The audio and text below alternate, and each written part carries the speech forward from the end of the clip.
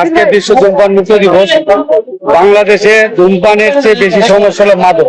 ধূমপানের প্রথম মাদকটা হলো শুরু হয় ধূমপান দিয়ে। যে ছেলেটা ধূমপান শুরু করে সেই একসময় মাদক আসক্তি হয়। আমি যেহেতু নতুন জীবন গড়ি সভাপতি হিসাবে আমি বলতে চাই বাংলাদেশ সরকারকে ধূমপানটা নিরুৎসাহিত করার জন্য অবশ্যই ধূমপানের মূল্য বৃদ্ধি করতে হবে, সিগারেটের মূল্য বৃদ্ধি করতে হবে। সিগারেট মূল্য বৃদ্ধি করতে হলে কর বেশি করে দিতে হবে।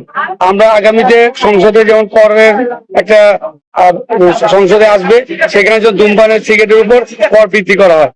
আর যারা মাদক গ্রহণ করে তাদের প্রথম পর্ব হলো ধূমপান। ধূমপান থেকেই তারা মাদকাসক্ত আছে। যেহেতু ধূমপানটা প্রোটেকশন দিতে পারলে হয়তো একসময় মাদক তো আমাদের দেশে প্রোটেকশন দেওয়া হবে না।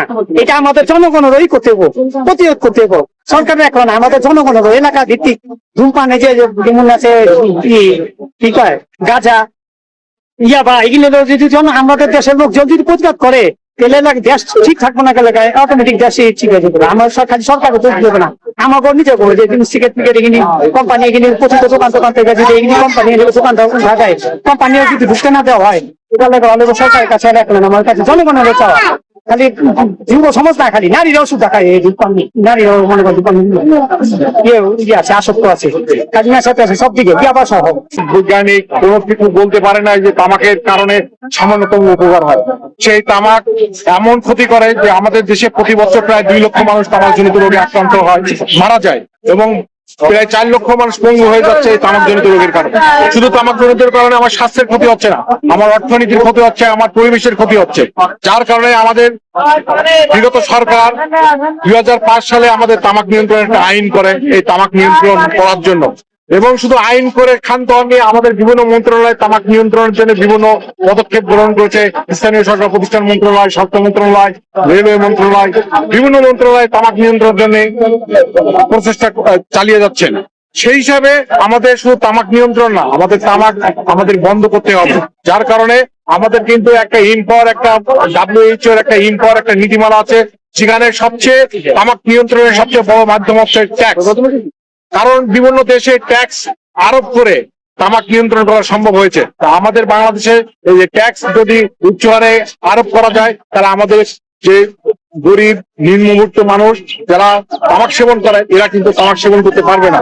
তাহলে আমাদের তামাক নিয়ন্ত্রণ করা সম্ভব হবে। ব্যাপকভাবে সকল পেশার মানুষ আর কি, সকল বয়সের মানুষই অংশগ্রহণ করেছে। আপনারা ইতিমধ্যে দেখতে পাচ্ছেন যে আমাদের একটি লিফলেটে ব্যাপকভাবে প্রচার করা হচ্ছে যে পাবলিক প্লেস ধূমপান মুক্ত রাখুন। এর কারণ হচ্ছে যে পাবলিক প্লেসে ব্যাপক হারে ধূমপান করার কারণে যারা অধূমপায়ী তারাও দিনে দিনে ধূমপায়ী হয়ে যাচ্ছে, এবং তারা ধূমপায়ীদের তুলনামূলকভাবে বেশি আক্রান্ত হচ্ছে বিভিন্ন ধূমপানের কারণে হওয়া ডিজিজ গুলোর সাথে। তো ধূমপানের কারণে একটা অন্যতম ডিজিজ লাংস ক্যান্সার এটা হয়ে থাকে। তো এছাড়াও ঘরে ঘরে দেখা গেছে যে ধূমপানের কারণে হার্টের সমস্যা দিন দিন বেড়েই যাচ্ছে। হৃদরোগের কারণে আজকে মানুষ হসপিটালে জায়গা দিতে পারছে না, সঠিকভাবে চিকিৎসাও চালানো যাচ্ছে না। বেশি রোগীর চাপের কারণে অত্যধিক হিমশিম খাচ্ছে ডক্টররা। তো আমাদের কনসার্ন হচ্ছে যে সকলেই আর কি আমাদের এই র্যালির মাধ্যমে একজনও যদি ধূমপান মুক্ত হয়, এটাই আমাদের সার্থকতা। আমরা আসলে এখানে জাস্ট শোডাউন দিতে আসি নাই বা প্রচার করতে আসি নাই, আমরা জানাতে আসছি যে আমরা ধূমপান মুক্ত কাজ করে থাকি। আপনারাও কাজে আমাদের উৎসাহিত করেন, আমাদের সাথে আসেন, এবং এখান থেকে যদি একজনও যদি ধূমপান মুক্ত হয়, এখানেই আমাদের সার্থকতা। ধন্যবাদ। বিশ্ব তামাক মুক্ত দিবস উপলক্ষে আপনাদের যে আজকের কর্মসূচি, এটার থেকে মূল প্রতিপাদ্য বিষয় কি আপনাদের? আপনারা অবগত আছেন, আজ 31 মে ওয়ার্ল্ড টোবাকো ফ্রি ডে বা বিশ্ব তামাক মুক্ত দিবস। এই দিবসটা সারা পৃথিবীর মতো আমরা বাংলাদেশেও পালন করছি। যদিও আজকে দিবসটা ছুটির দিনে পড়ে গেছে, আমাদের সরকারি যে প্রোগ্রামগুলো ছিল এই প্রোগ্রামটা আমরা পরে শেষ করবো। আপাতত আমরা যেগুলি ঢাকা বেশ সংগঠনগুলো আছি, যেমন প্রত্যাশা মদের বিরোধী সংগঠন, তারপর নতুন জীবন গড়ি, বাংলাদেশ তামাক বিরোধী জোট, এরকম আরো অনেক তামাক বিরোধী সংগঠনগুলো আমরা একত্রে এখানে উপস্থিত হয়েছি। একটা মোটরসাইকেল র্যালি আয়োজন করবো আমরা। আমাদের উদ্দেশ্য হচ্ছে, আপনি জানেন আসন্ন বাজেটে তামাকের কর বৃদ্ধি আমাদের মেন টার্গেট। যাতে সিগারেটের দাম এমন ভাবে বৃদ্ধি করা হয় যাতে ছেলে মেয়েরা তাদের পকেট মানি দিয়ে সিগারেট কিনতে না পারে। আমরা চাই সর্বনিম্ন একটা সিগারেটের দাম হবে 20 টাকা, সর্বোচ্চ যেমন হয় আরো 300 টাকা, মানে 60 টাকা 70 টাকা যত হতে পারে।